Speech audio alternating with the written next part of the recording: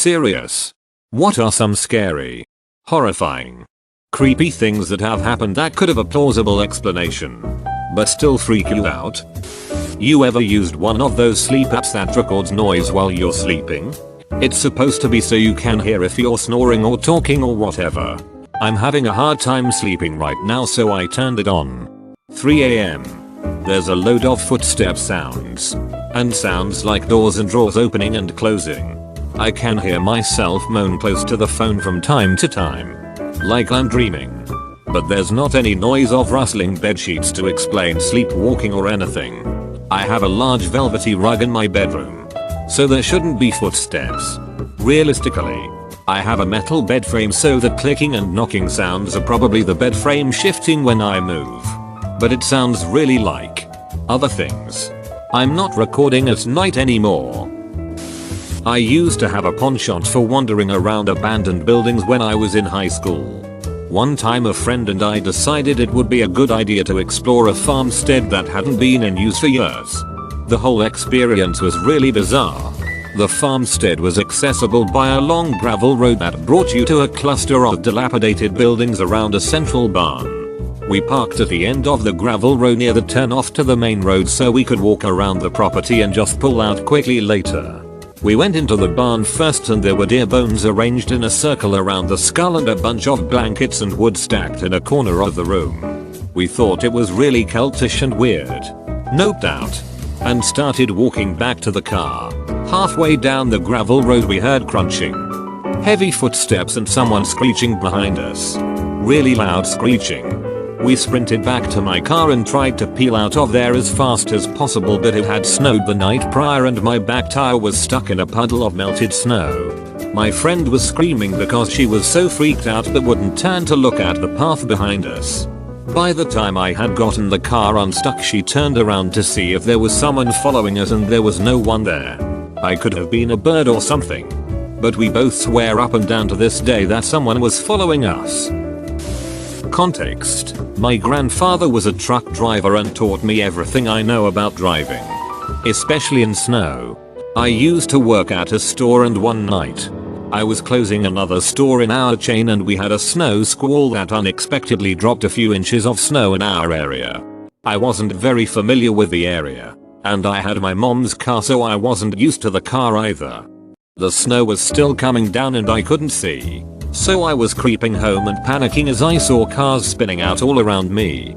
All of a sudden, I saw a light in my passenger side view mirror, and I turned my head and sitting in the passenger seat, plain as day, I saw my dead grandfather.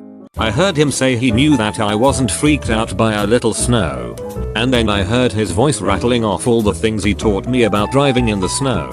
I looked back towards the road, and then he was gone.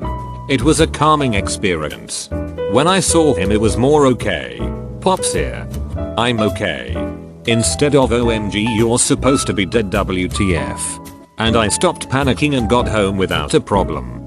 It was most likely just my brain eyes whatever playing tricks on me to get me to stop panicking. But to this day it still freaks me out. I wish I had an encounter like that. I miss my grandparents. I lived in one of the oldest apartments in the town I was living in. Couldn't sleep one night, but eventually I must have dozed off as I started having an incredibly vivid dream of myself laying in bed, everything the exact same as in reality except my door opened and a creepy old lady started ominously walking towards me. I woke up and freaked out. I always lock my door, but just to be sure, I went and checked it. It was unlocked. Many years ago. My then wife was out of the country on business. I was sleeping alone in bed, with the bedroom door locked, and all the outside doors locked. In the middle of the night something woke me up. At first I couldn't tell what it was, but as I started looking around, I saw a shadow on the wall that shouldn't be there. Some clothes I hanged and forgot about, was my first thought. Then I remember there was nothing to hang anything on that wall. So I looked more carefully. I did not want to turn on the light, because I knew if I did I would fully wake up and have a hard time going back to sleep. As I looked, trying to make sense of the shadow, I could vaguely discern a humanoid form. Yep, that looks like a head, and arms, and and then the thing moved toward me. And a face came up directly in front of my face. I completely lost control of my body. I felt myself jump straight up, my back against the wall. And I think my body was trying to literally climb up the wall. In the middle of all that, my brain finally made the connection and I recognized the face.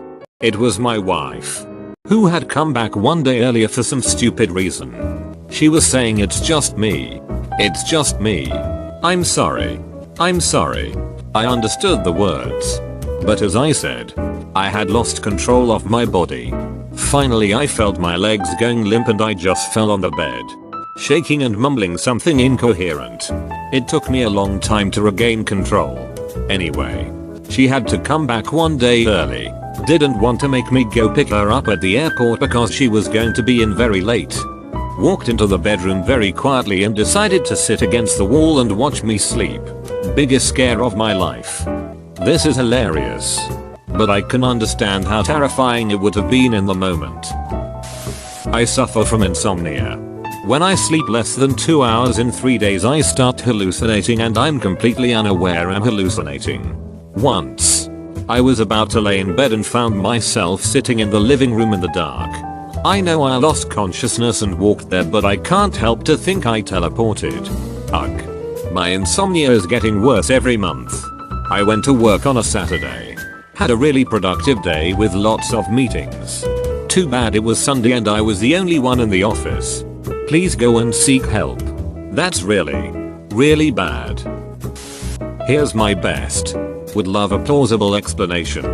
BTW, this is back when I lived in New Zealand. Walking home forest at night with a friend at like 2 AM, don't even ask. We were about 14.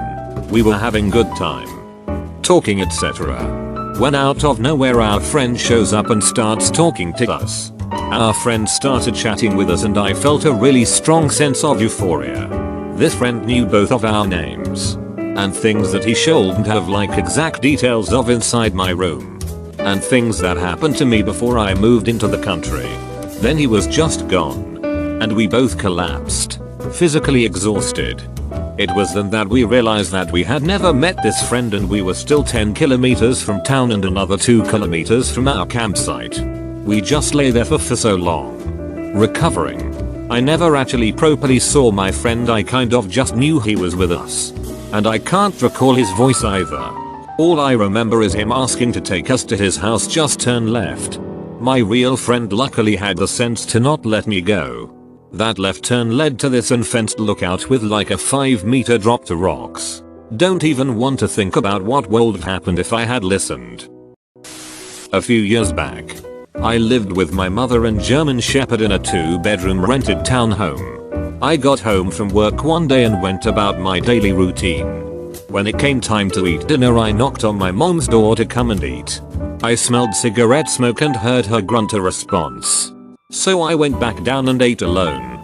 I figured I would just put a plate away for her. Fast forward to about 2 AM. I am awoken by someone holding my hand and gently shaking it. I immediately shoot straight up and look around. My dog, who is overly protective and sleeps with me every single night, isn't in bed. She isn't even in the room. She most definitely was on my bed when I went to sleep. I sleep with the bedroom door shut and locked. She is scratching at my closed and locked bedroom door from the hallway. Frantic, I bolt for the door, let her in, and she is searching the whole room. I'm now yelling for my mother. No answer. I force my dog to walk down the hallway with me. I still smell cigarette smoke. I bang on my mom's door. No answer. So I just open it. She isn't even home. The bed is made and her TV is off. My dog and I search the whole entire house. Nothing is out of place. All the doors and windows are still locked. I was freaked out to say the least. The next day I called my mom and she told me she left early the day before to go visit my sick grandfather. I've posted about this before. But when I was about 9 years old, 1995, in the middle of a bright summer day, I went to the refrigerator to get a popsicle. Suddenly a roughly teenage looking guy, with long brown hair wearing a beige turtleneck and red plaid bell bottoms, turned around the corner into the hallway to my left. then vanished from tote ahead as I looked at him. Told no one about it for years. Until after my mother mentioned meeting the, now grown, kids who lived in the house before us, who asked her if she'd seen the bell-bottom ghost. Some guy back in the 70s probably has a story about seeing some kid in his kitchen getting a popsicle from a futuristic looking fridge. So as a youngster, me and my brother were staying up late playing video games since we didn't have school the next morning. It was maybe 3 AM when we decided to shut it down and get in bed. My room is at the end of the hall while my brother's was right next to mine.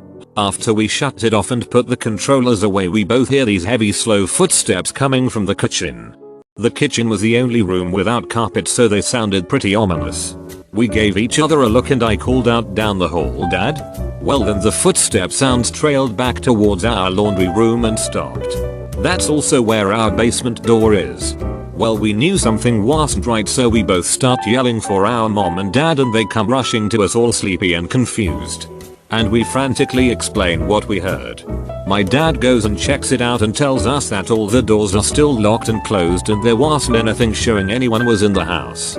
Plausible explanation could be that it was just a person that broke in and scurried off when we called out, but I always wondered what if it was a ghost instead.